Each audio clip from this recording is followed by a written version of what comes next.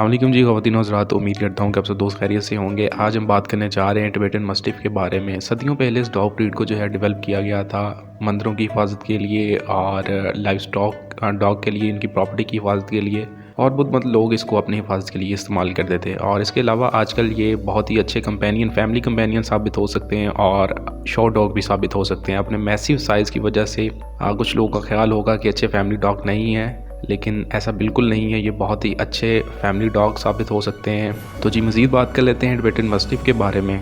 Tibetan मस्टिफ़ टाइबेट में से belong करता है और जैसे बहुत सारी डॉग ब्रीड्स की हिस्ट्रीज़ होती हैं, इनके बारे में इनका पता होता है, तो इसके डीएनए से ये साबित होता है कि डॉग ब्रीड तकरीबन 5000 साल पहले दरियाफ्त की गई थी। और इस चीज़ को कहना गलत ना होगा कि जो पुराने मास्टिफ्स थे, टाइबेटन मास्टिफ जो है वो उन्हीं में से एक है। अच्छा जी, मोस्ट इंपॉर्टेंट चीज़ आपको बताते चलें कि इसको दो हिस्सों में तकसीम किया गया था, जिनमें डुगाई और सैंघाई दो ब्रीड्स में इनको तकसीम कर दिया गया था। जो कि डुगाई थे वो विलेजेस में रहते थे, लोगों के साथ, नोमैड्स के साथ, यानी कि खाना बदोशों के साथ जो है वो ट्रैवल करते थे और उनकी फैमिलीज़ की हिफाजत करते थे और उनके फ्लॉक्स के साथ एज अ गार्डियन डॉग जाते थे। जबकि बात कर ली जाए सैंघाई की, तो ये डॉग्स जो थे ये मंदिरों पर रहते थे। ज़्यादातर बुद्धिस्ट लोग जो थे उन मॉन्क्स की हिफाजत करते थे और उनके जो लेमाज है, लेमाज एक जानवर है, उनकी हिफाजत किया करते थे। तो ये तो हो गई डॉग इनकी हिस्ट्री। आपको एक और मज़े की बात पता चलें कि 1847 में टाइबेट से एक टिबेटन मस्टिफ जो था वो इंपोर्ट हुआ इंग्लैंड में और वो क्वीन विक्टोरिया को एज अ गिफ्ट जो है वो दिया गया था। तो जी मज़ीद बात कर लेते हैं इनके साइज़ के बारे में। जो मेल टिबेटन मस्टिफ होता है, इसकी हाइट तकरीबन 26 इंचज़ तक टाल हो सकती है, शोल्डर तक, और वेट इनका जो है वो तकरीबन 100 टू 160 पाउंड्स तक हो सकता है या इससे ज़्यादा भी जा सकता है।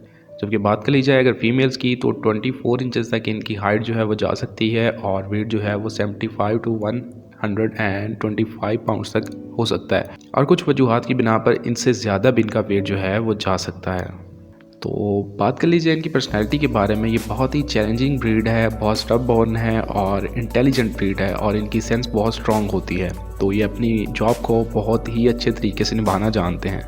ये अपने मास्टर को खुश करना जानते हैं और कोशिश यही करते हैं कि अपनी ड्यूटी को अच्छी तरह से अंजाम दें। और बात कर ली जाए अगर इनके रवैये के बारे में, तो इनको अर्ली एज में सोशलाइज करना लाजमी है ताकि ये दूसरे लोगों की तरफ अनचाहे अटैक ना करे और ज़्यादातर ये एग्रेसिव ना हो जाए। तो बात कर लीजिए इनकी हेल्थ कंडीशन के बारे में, तो बहुत सारी ब्रीड्स हैं जो कि हेल्थ कंडीशन को लेकर जो है वो जितनी भी हेल्दी हों, लेकिन हेल्थ कंडीशन को लेकर वो प्रॉन है। तो टिबेटन मस्टिफ भी अपनी हेल्थ को लेकर कुछ मसाइल का सामना करना पड़ सकता है। तो बात कर लें सबसे पहले कैनाइन हिप डिस्प्लेसिया के बारे में। तो ये बहुत सारे जानवरों में ये बीमारी आ जाती है। उसके बाद एल्बो डिस्प्लेसिया और उसके बाद काफ़ी सारी ऐसी बीमारियां जो इन ब्रीड्स को लाहक हो सकती हैं। तो बात कर लेते हैं इसकी थोड़ी सी केयर के बारे में। तो जैसे कि आपको टिबेटन मस्टिफ के बारे में बताया कि ये बहुत ही अच्छे कंपेनियन साबित हो सकते हैं और ये अंदर भी रह सकते हैं घर में। अच्छा जी, तो बात कर लेते हैं इनकी केयर के बारे में। टिबेटन मस्टिफ जो है ये बहुत ही अच्छे कंपेनियन साबित हो सकते हैं और आपके साथ, आपकी फैमिली के साथ घर के अंदर भी रह सकते हैं। लेकिन मसला ये है कि आप इनको बाहर ग्राउंड में या आपके यार्ड में इतनी सारी जगह लाजमी प्रोवाइड करें जहाँ पर ये अपनी एनर्जी को पूरा इस्तेमाल कर सके, पूरी एक्सरसाइज कर सके। इनका हैवी कोट इन्हें तकरीबन हॉट वेदर में बहुत अनकंफर्टेबल बना देता है, जो इनके लिए क्लाइमेट ठीक नहीं है। ये ज़्यादातर जो है वो ठंडे इलाकों में रहते हैं और ड्राई एरिया या हीट को बर्दाश्त नहीं कर पाते। जब भी गर्म मौसम आए तो इनको पानी की शदीद ज़रूरत पड़ती है और उसके अलावा इन्हें अंदर रहकर फ्रेश एयर, ठंडी हवा की ज़रूरत लाजमी पड़ती है ताकि अपनी बॉडी टेम्परेचर को बराबर बना सकें। टिबेटन मस्टिफ तकरीबन दिन में 20 से 30 मिनट लाजमी जो है वो एक्सरसाइज जो है वो मांगता है। और अगर आपके पास इसके साइज़ का दूसरा जानवर है, दूसरा डॉग मौजूद है, तो वो इसके साथ ईजिली खेल सकता है।